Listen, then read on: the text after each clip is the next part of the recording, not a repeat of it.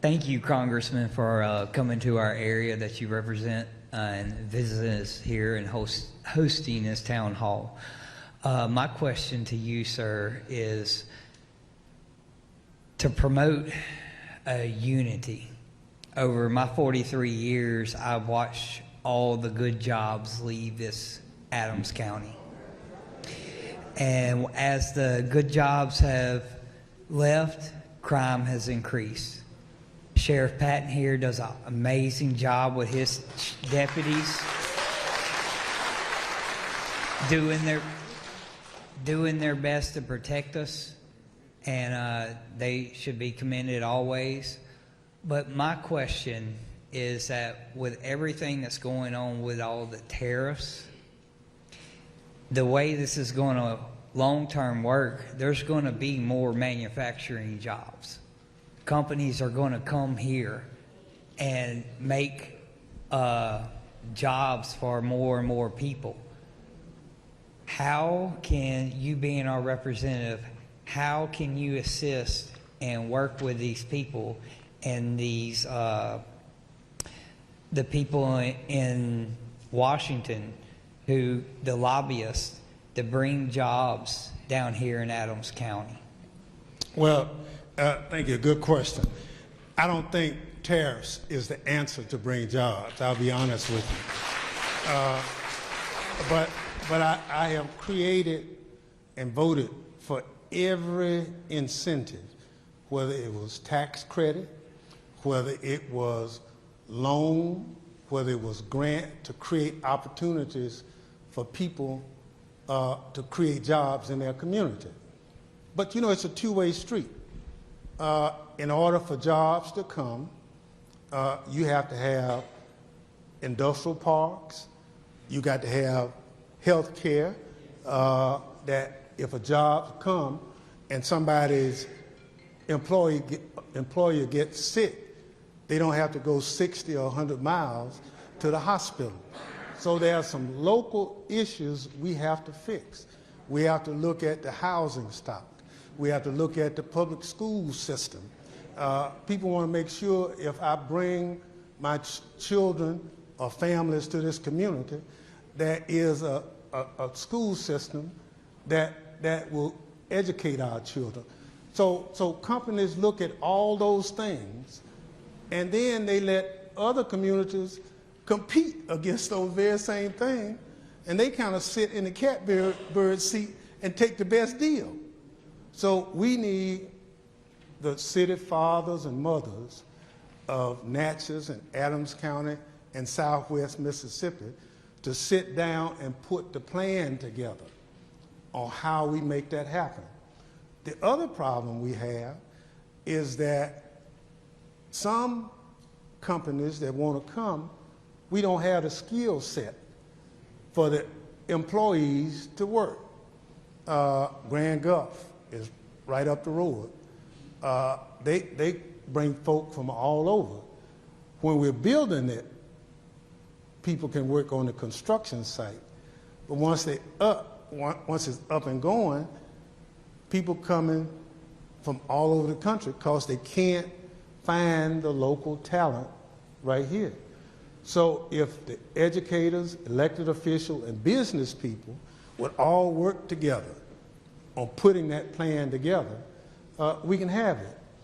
But I'll be honest with you, we can't compete with China on labor and other kind of things because the Chinese government owns the companies, and they don't have a minimum wage rate in China.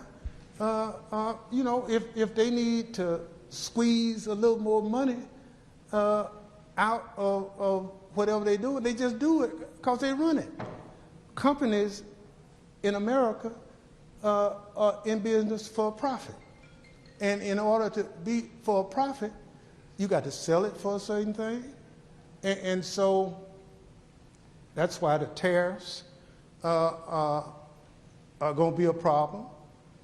If you don't believe me, when you go to a grocery store and start looking at the products and the prices. Because some of those things that we buy come from Mexico, come from Canada, come from other places, and they got tariffs.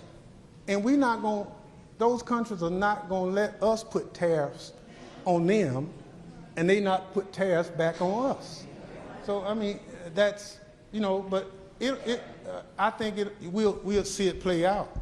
My point is, if local officials would work together, I'd be happy to create any incentive for employment opportunities that's there. But that's a local decision for people in this community to do. And I promise I'll work with them, and I'll push every program out there that's available to make it happen. Yes, ma'am. Yeah. Good evening, sir. How are you? All right. Good. Aaron Burr was Vice President of the United States under President Thomas Jefferson. And due to the Burr conspiracy, Aaron Burr was brought here back to Washington, Mississippi on the campus of Jefferson College, and he was tried there.